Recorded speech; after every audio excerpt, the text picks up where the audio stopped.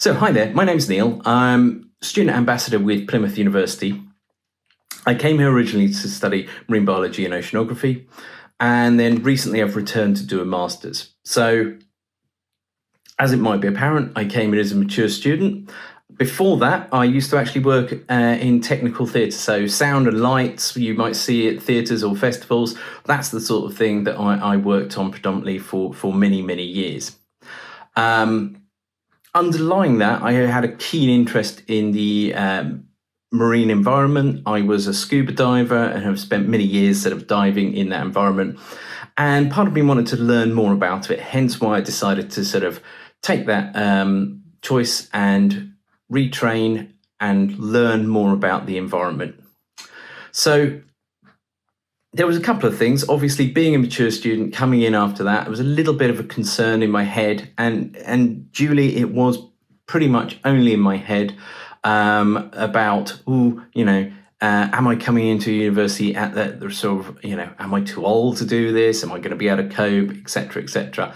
I would say, yeah, there is huge amounts of support structures to sort of relearn different skill sets.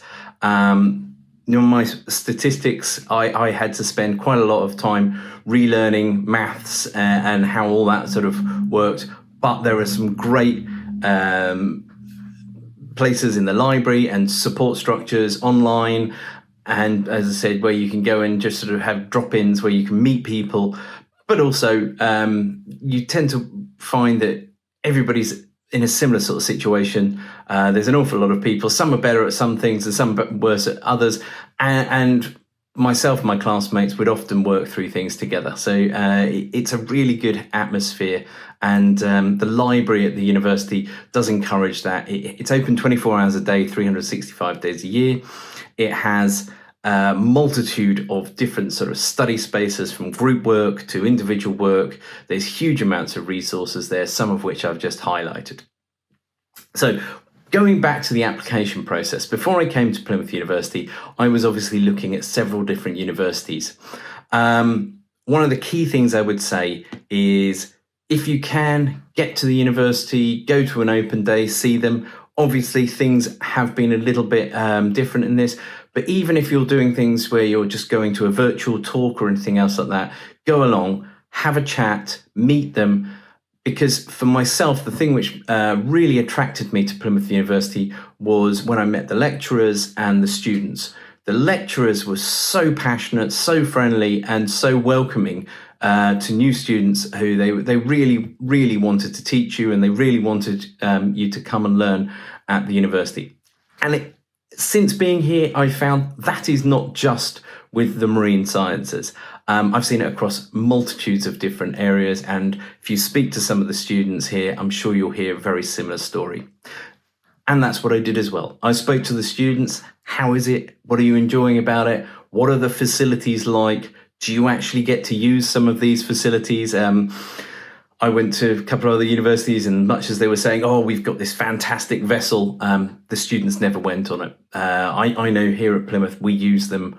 They're used by students pretty much every day. And we have, I think last count, it's about 5 or 6 vessels which go out on a multitude of different scientific surveys.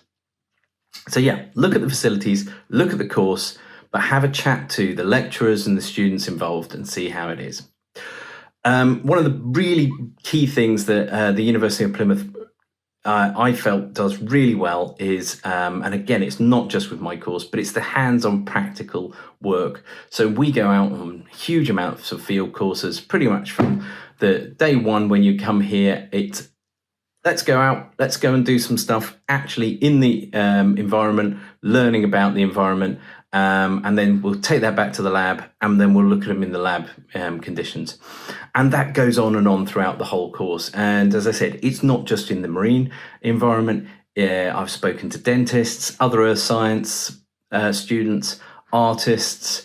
People have been on all sorts of different courses. And I think pretty much everybody would say that is a theme which runs through Plymouth. And it's a really, really good opportunity to be able to say, build some of those work skills and life skills that you're going to take on, and those practical skills. So I've sort of whitted on for a little bit here now. Hopefully, that's given you a very, very brief overview of what to look for when you're going to look at universities, when you're considering different universities, but also gives you a little bit of insight what I think Plymouth does really well. And if you don't believe me, go and have a look at some of the sort of teaching awards. It's certainly in the marine area, and we're world leaders. I can talk about that part because I know that area, but I know we've won multiple awards, Queen's Research Awards several times in different areas as well. We've got huge amounts of success. So have a look at some of those award schemes which are there. They'll give you a little indicator of where we sit at Plymouth. But overall, I would say you need to find a university you're comfortable and happy with. You're going to be there for 3 years. So if the lecturers and the students have a really good working relationship, I would say that's something to take into consideration as well. And as I said, from working here as a student ambassador, but also being a student, I have seen that across the University of Plymouth. So as I said, hopefully that gives you a little bit of an insight. Thank you, and good luck with everything.